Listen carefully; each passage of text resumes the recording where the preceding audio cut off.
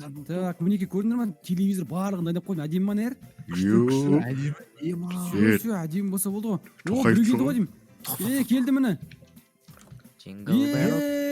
Жаназдармен келе жатқан, қош келдіңдер. Кіріңдер, төрлетіңдер. Жотам, жігіттер. Ассалаумағалейкум. Сако, қалай жағдай?